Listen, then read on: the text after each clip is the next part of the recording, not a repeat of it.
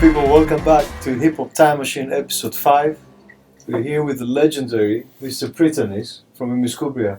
Thanks for coming on board, man. Thank you for the invitation. It's my first interview in English. Thanks for doing it in English. By a Greek guy. Yeah. Okay. Well, we're doing this because listeners on Hip Hop Time Machine are from all over the place, so thank you for making the effort.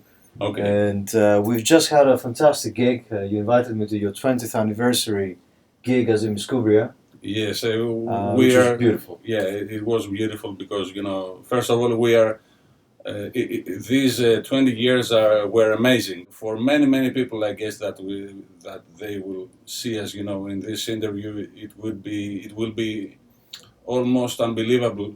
For Greek rappers, Greek dudes to be in the hip hop scene for 20 years now. Yeah. It's unbelievable. But we did it. We did it. You yeah. did it. Yeah. I think you guys knew you were going to do it because your first album was called Greatest Hits 30 Years of 30 years of successful hits, something like that. Yeah. So you knew something when you made that record. That was the title, and I think that we never thought that we could possibly, reach the 30 years, not even 10 years, but we did it. Well, it was really special to be there with you guys. It was a very emotional gig. You had so many people loving you. Most of them came to the show. The other half couldn't come in because they were sold out. Yeah, they were just outside of the club. But you'll do more shows and you'll have we will bigger venues maybe. We already have we are already planning a kind of not show. It's a party. We will have a party for this for the listening of the vinyl record, and which kind of brings us to our main topic here, which is the sound of old records and their connection. The relationship with sampling in hip-hop specifically. Yeah. So, I've interviewed somebody like Len Skinner before, who's a guy who's been around since before sampling, has been sampled, has sampled. As a person representing the history of great hip-hop music, how do you feel about sampling? How do you feel about old records? Has your process changed over the years? That's a lot of questions. We can take them one at a time. So, do you sample?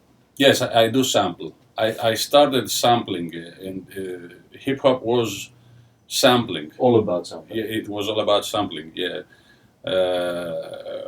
everything is sampling in hip hop. Almost everything. Nowadays we use many synthesizer sounds which are not sampled but are synthesized by a machine. But we use sampled sounds. Any bass drum or snare drum or hi-hat is sampled, so yes. we have to use samples. But I guess when you say sampling, you mean loops and elements? Not necessarily. I mean, in hip-hop we have done everything from just taking individual kicks and snares to taking a whole drum loop. Yeah, I mean, on your show the other day you played your big hit Discotheque with Elpida, the original singer, which has a big disco reference. Yeah. And that loop, the drum loop, is very recognizable in that song. The drum loop, I don't remember the track, is a very recognizable loop. And we also have samples from the original song, 70s disco song from Elpida. From the Greek song. From the Greek singer Elpida, and we combined, these samples. Then the 70s samples with the 80s beat and 90s perspective and aesthetics, of beat making and the vocals, and we had, this mix, which was meant to be one of our biggest or the biggest hit that we had, that we have. What I like about what you said there, you said something about the 70s sample, yes, the 80s sample, yes, from two different places in the world, and you putting in a 90s aesthetic for when you were making that. Yeah, we did that in 96, 97. I remember, I bought that record. Okay. As a fan? As a fan, yes. Okay, I was just finishing high school and Okay. leaving for England. So Nice. I had that record with You me. chose right to leave, to go to England, because we stayed in Greece and And you've done amazing, man. we did amazing, things in Greece, but it's Greece. It's only 10 million people, and it's a small country, and Athens is a big village. Okay, one of the biggest villages in Europe, but it still remains a village. But what's great, I'm calling this project sort of the decades. The hip hop time machine, because I'm tracing back the stuff we like about old samples. And there's from hip hoppers and other producers, I've heard all sorts of things, from needing to sample, to wanting to sample, to actually not needing to sample but liking the sounds. And I really like what you said there about 3 decades, the aesthetics of 3 decades in one song. Is that one of the reasons you sample? No, I sampled because I sampled more than I do now. No. Okay, I sampled because that was the way, that was what I knew that I should do to make hip hop. Yeah, it was. We started sampling mostly jazz records. Yeah. Mostly jazz, because that was the thing back in the mid '90s. We had influence. Tribe Called Quest, like Tribe Called Quest, like Gangstar, like any other band that NWA and the Beasties. And Beastie Boys, huge influence, and Black Sheep. We also liked Black Sheep a lot, and jazz rap, jazz samples in hip hop was the main thing I think in the mid '90s, or I think mostly they mostly had jazz loops and stabs and trumpets and. So you have a song like Curious to Spit You, which is based on that big double bass. Not only that, we have many songs. That song you like that your you double mentioned, bass, don't you? Yeah. We loved the double bass back in the days. Now I don't like it at all. No, I don't like it. That was a '90s thing you were doing. Yeah. And it was so we sampled because that was the thing. We were listening to samples. We were listening to music, soul or jazz, and when the time, as you listen to the song, you listen to a specific part, and you say, that's it, that's what I want to have, in my song. So you sample it, and you cut it, or you use it as it is, and then you drop a beat and everything. Did you sample micro things as well, like hits from records, or were you going for loops mainly at that time? Mainly loops. And then you would add your own sounds for we would add the sounds. We would add extra synth sounds, or sounds like violins, strings in general, brass, piano, drum loops. And that was sometimes we used we might use a guitar or bass, electric bass, or an electric guitar, but sometimes, a few times, we actually use you mean bring a session player? Yes, with a session player, a live guitar or a live bass. But mostly we had synth basses and these fake DX7 Yamaha strings, brasses and stuff, that kind of sounds, which back in the days were amazing. If a musician, I'm not a musician, I have to tell you this, but I'm not a musician at all. I don't know music. I can't read. I don't know how to read the notes and a sheet. Nothing about music. But what is a musician? I think you are. I always think. I always introduce myself as an architect, not a musician. I use building blocks, and I put them together like Legos, and I play with elements and I create music. That's a really good analogy for sampling and beatmaking. It's not. I don't think I'm a composer. I might, compose something on a piano or something, but I can't say that I'm a composer because I've met composers. Good. And why did you say sampling changed for you, or you did less, or you sampled less? Yeah, since over the years. Why was that? I think it was I'm a big fan of hip hop. First of all, I'm a big fan. I listen to hip hop mainly from U.S. Artists. So, in the beginning of the zeros, hip hop changed a bit, and they started using less samples and became more electronic. Yes. I also have a big influence from electronic music. I loved and I still love house music a lot, and mostly Chicago or New York house music. And I have this electronic thing in my DNA or stuff, and in the zeros, electronic sounds. Mostly by producers like Timbaland or I think mostly Timbaland was the one that brought electronic sounds. In that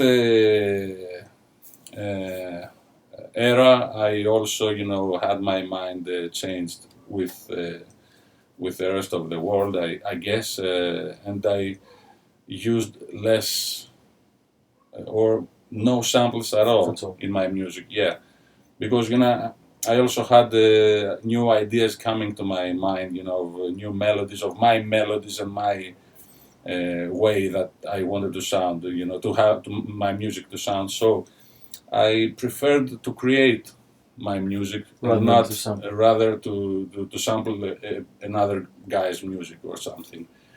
So until now, I prefer to create my music, but I also like to sample old hip hop hits or old beats, combine them with the new, with the new synth sounds, and that's the main. The most samples I use now is from old beats. Okay. 90s, 70s beats that we used a lot in hip hop. From soul or from soul, mostly soul. Yeah, soul or funk beats, and we reuse them now. Oh, okay. But in a new, with many synth sounds and slower beats, slower BPMs, and that's most samples are old beats right now. I don't use loops, music loops, if I can say that, loops. I use beat loops. Drum loops, yeah. So things like funky drummers and breaks from funk and soul and James something Brown like that, like that. That's what I mostly use. But so it's like a hybrid era where it was very sample based, then it was very synthetic. Yeah. And now you kind of keep in the synthetic flavor, but you're looking for something from the beats. You're looking for an old element, I think. What is it? So if it's not a musical element in the sense of melody. Okay. That's what you're saying. It's more about drum loops. Drum loops, yeah. So what is it? Is it the sound of oldness? Yeah, it's the sound. It's that old thing, and you also use your EQs or compressors or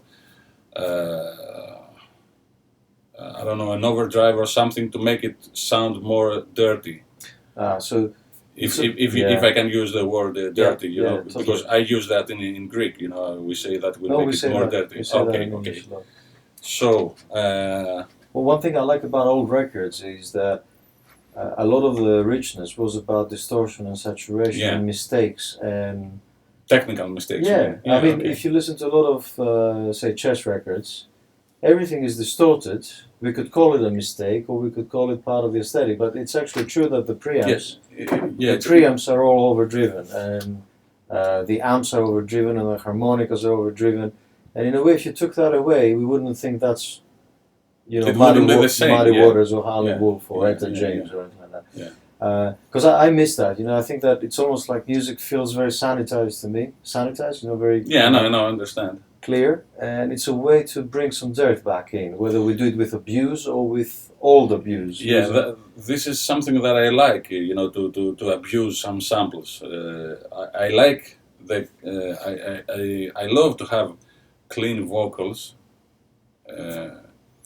But I also love this a dirty drum loop underneath of all this clean stuff. Yeah, who doesn't? Okay. I don't know. Some people don't. I love it too. But I also like one huge 808 drum, underneath all of this stuff. Somewhere around 40 or 50 hertz lower, and it's.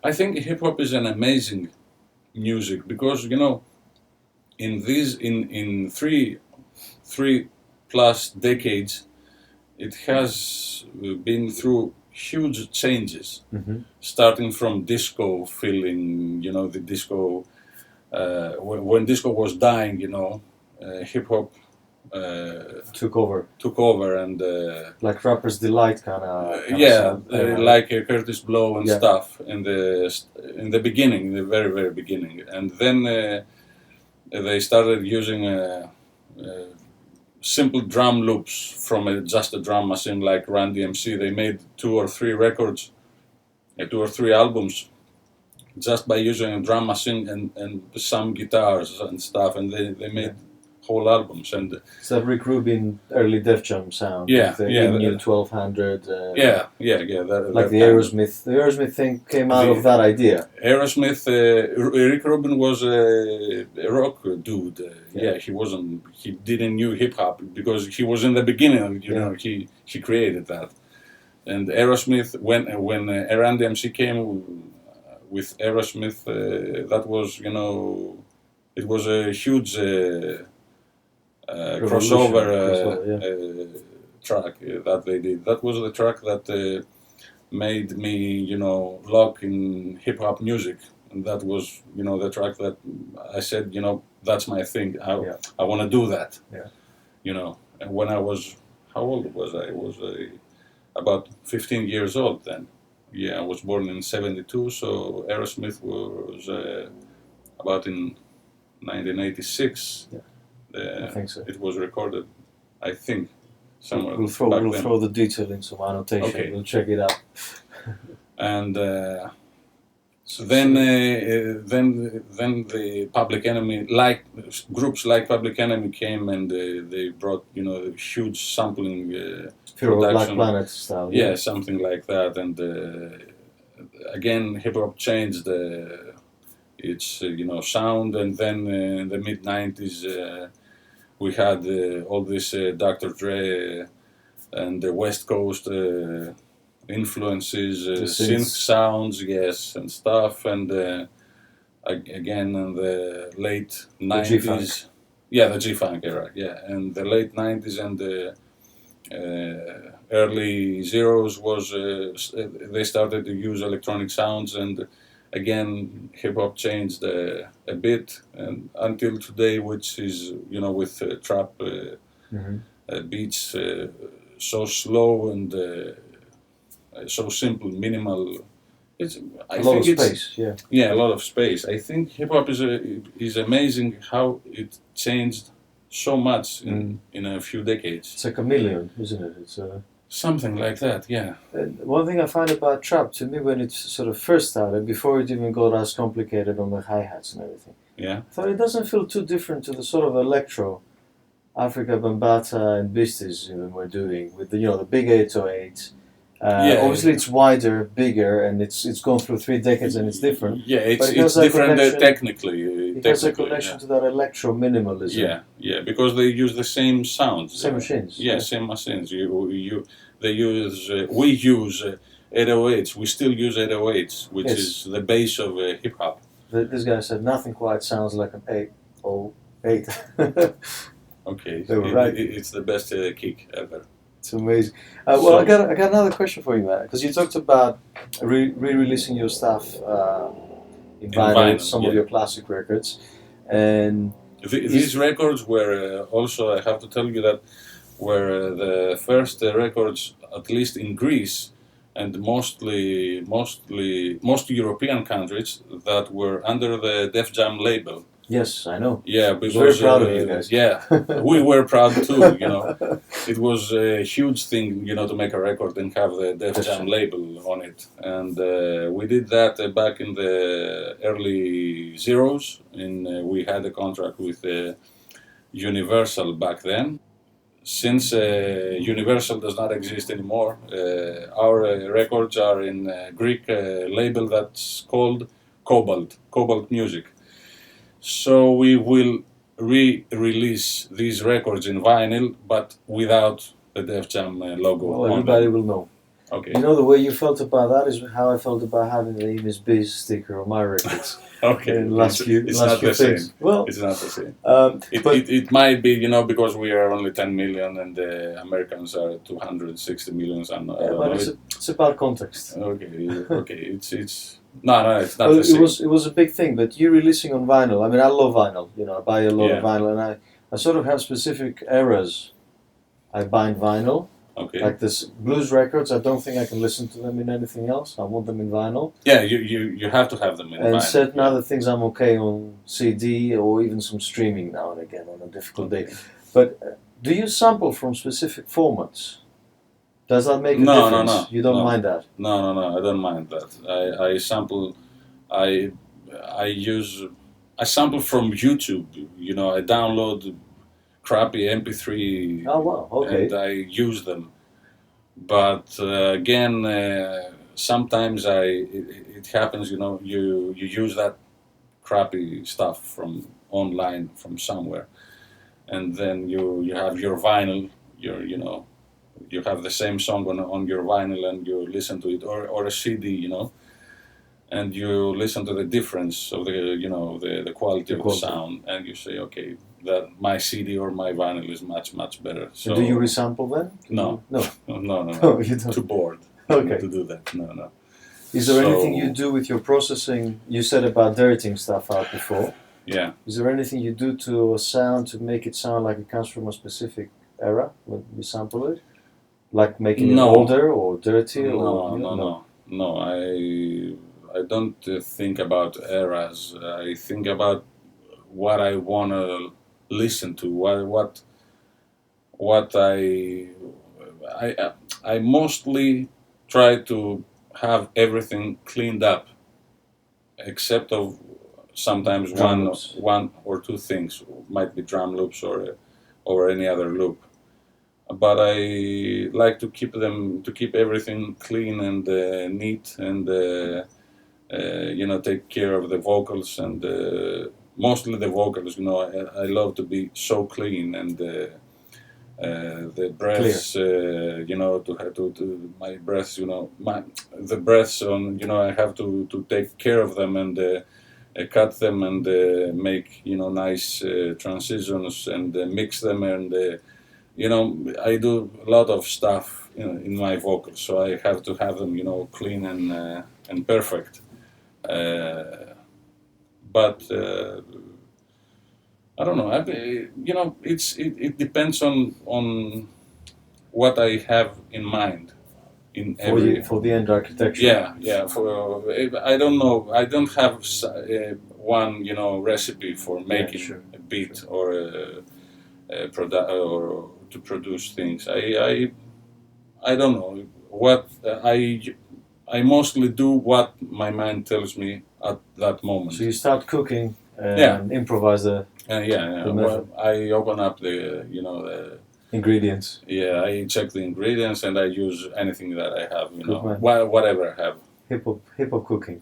Something like that, yeah. Here's another question. I'm in your studio here. We're in Tetartos Όροφος. Yeah, a lot of Imiskoumbria stuff has been made. It's a small Like home studio.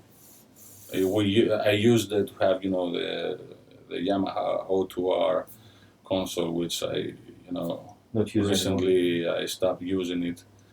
And you use a mixture of hardware and software in the studio? I used to, but now it's all software. I use Cubase, yeah, and it's all software. Yeah, I never use. All your mixing. I mean, apart from recording, obviously, where you use microphones and stuff for vocals. Yeah. All the mixing and everything is on Cubase. Yeah, it's digital. Yeah, digital. Sure. With plugins and stuff. I never use anything analog. You mentioned before sometimes you record, or you used to record live instruments like guitar or electric bass. Yeah. You still do that sort of thing? Yeah, I still do that. Yeah. I record sometimes. I have a small guitar, electric guitar that I bought for my daughter a few years ago, and I use it, to put some tiny licks, if I can say that. You play? No, I don't play, but I can. I play a few things. I have to record a note, and then I go back and record the other note, and maybe if it's a chord, I have to check my fingers if they're okay in the right position. Then I record it again and go back and record the other chord. It's too much. It's too difficult to do that because I don't know. I don't play guitar. Sure. And you effectively sample. I sample them myself, step by step. So sometimes I like to use. I like electric bass sound, which is so easy to. It's so easy to have a good bass. Then add sometimes a sub bass, an electronic sub bass, and have a nice underneath, and have a nice groove. But mostly I like electric bass because of its sound. And you simply direct inject bass, or do you use amplifiers? Directly to my preamp. Yeah. Well, a lot of Motown bass, James Jameson, we talked about this with Glenn Skinner in the previous episode. A lot of the classic bass lines sound really big and fat.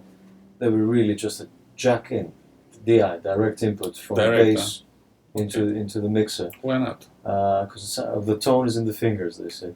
Oh, okay. Here's another question. You mentioned Public Enemy before. Yeah. There was this rumor that the oldest Greek hip hop bands were created after a Public Enemy concert in Athens. Is that a true rumor? Were you? That's a milestone. Back in '92 or '93, out of nowhere, Public Enemy came in Greece, in Athens, for just one concert. Yeah, they were huge name back then. It was at their almost end of their first. Yeah, it was after their peak of their career, but it was a couple of years after that because it was so soon that they came to Greece, and we discovered, and everybody thought that they were on minority, their own. Yeah, just a minority. But when Public Enemy came in Greece, we discovered that we are a few thousand of that kind of persons that we listen to hip hop music. So it was a very nice surprise. And one of the MCs of my band, of Imiskoumbria, is Dimitris Menzelos. He had a radio show back in '92 or '93, and he also had a big party, which was the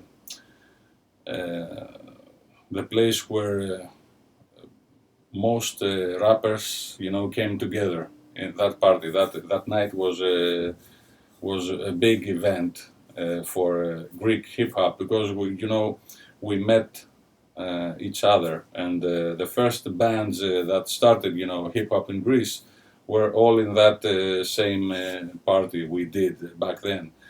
So that concert of Public Enemy and that party were two, the milestones. The milestones for hip hop, for Greek hip hop, and we began, to do some stuff. And in '95 and '96, they all began, the first groups. Yeah, they all began to release their albums and stuff, and we did that also in '96.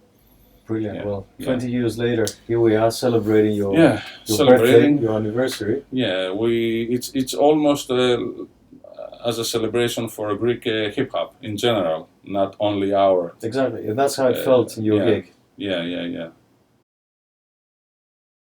I might even go as far as to say not only for Greek hip hop, but for Greek alternative music, because there's been very few scenes here in Greece outside of the mainstream.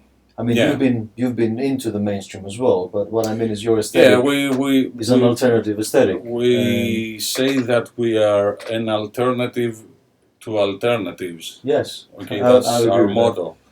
So one thing Glenn was saying in episode 1 was, as a producer, when things like Fear of a Black Planet and these very multi-sampled collage records came out, he was doing a lot of sort of more traditional pop, multi-tracking musicians or recording bands. Back in the 80s, yeah. And he says, well, actually, he was panicking when that stuff came out because he heard the sounds that he had never heard before. I mean, a lot of people have said that about Fear of Black Planet and the early stuff Public Enemy were doing. It was just this cacophonous, extreme collage that nobody twisted the way we were listening to records. He said he went away and he studied how this music was being made because it was so alien to him. Yeah, I guess it was alien because most producers used, analog physical instruments, and they never thought that someone could use a sampler like this. Samplers existed back in mid 80s, but they used them as, I guess, as drum machines or something. But Public Enemy in their albums used them. Bomb Squad, the producers, used them as as lethal weapons or something. Yeah, exactly. It was, I had this. It was strange for me. I almost knew how this music was made. When I first got in a studio in late 80s. Early 90s, I knew how this thing was made. My first sampling thing was on a friend's Amiga computer back in the 80s, and then I used my ZX Spectrum, primitive stuff, Stuff that was used for games, right? Yeah, it was, very, very simple computers that, They had the processing power of I don't know, a watch or something, Casio watch or something. It was so small. The processors were very small, and at the late 80s, I had a PC, my first PC, and then I could use a more 8-bit sampler, and my first samples were. Sounds, small sounds. You didn't have much of RAM duration. Yeah, you only had 256 kilobyte RAM back then in your PC. A poor man's PC. Yeah. So I used the small samples and I sampled some kicks and snares and small stabs, and I think it was. From samples from a house music track, and I tried to remix that track because I loved it. I liked that track, but it was the hook that I liked. In that track was so small. And so I tried to recreate it and make it longer and a little bit different because I liked to listen in that way, and that was my first, experiment in sampling in the late 80s. But then when we started, working as a band in the mid-90s, and we got in a real studio with real samplers, Akai samplers and stuff. Mm-hmm. Then we could sample and use big samples and and do the thing that we knew and we wanted to do. And again, when I got my first money from the record business, concerts and stuff, I bought my own sampler. Yeah. And my What own was it? keyboard. What was it was an Akai S1000, S1000. Yep. Yeah, my first sampler. And I bought a console, crappy Behringer, and so bad sounded, and this Akai, and my PC, and with Cubase, just with just MIDI controls. Just sequencing. Yeah. Just sequencing. No audio, no VST, no nothing, no audio, nothing, anything. And the first beat that I made in my house on my own, with no one's help, was our song, our track, Meth Stovolan. Yes. Yeah, that was the very, very first beat that I made. I had this old record of a Greek artist, Stratos Dionysou, yes. is the artist, and it was a song that my father loved so much, and I listened to that song, and I found a hook in the middle of the song. I remember that. Yes. Yeah, that hook, that sample, and I used that, and then I used some kicks, and use double kicks, and because I loved that. If you remember the track, it has some double kicks. It was it was rocket science for me back then. Actually, it sounds even more complicated than some of your other bits on that record. I don't know if it's complicated. It doesn't. I wouldn't ever guess that it was your first bit. It was my first. I was testing my equipment back then. I was trying to figure out how this whole thing works. I bought the console, and I was just like every other guy. What's that mess? So many buttons and knobs and stuff. And what should I do? Small menus on the S1000. The S1000 was a labyrinth. So that was my adventure in sampling and producing in the early days. Wonderful. Yeah. And those samples were from vinyl in that case, so. Mostly vinyl, yeah. And you would connect straight to your sampler. I never had in the beginning. I never had a library of sounds, ready-made sounds. I always used kick, snares, and drums and hi-hats from other sources, other tracks. Yeah, and but then I found out that you could use some very nice, good and clean sounds from CDs. Sample libraries from sample CDs. Yeah. I used to buy CDs from the US mostly, when we could use the internet, online to check and look for CDs and stuff. Or when I went to New York in '99, that was the first things that I wanted to buy. I bought a sound card and many sample CDs. Sure. So I could have some ingredients. Some ingredients for our next productions. Yeah. Tell me something about the legal stuff back then. And in every country it's been different. But sampling something like that quite famous song. You were already in a big label, releasing through. We had this. How did you clear that? We could never imagine that we would release a track without having the permission from the creator.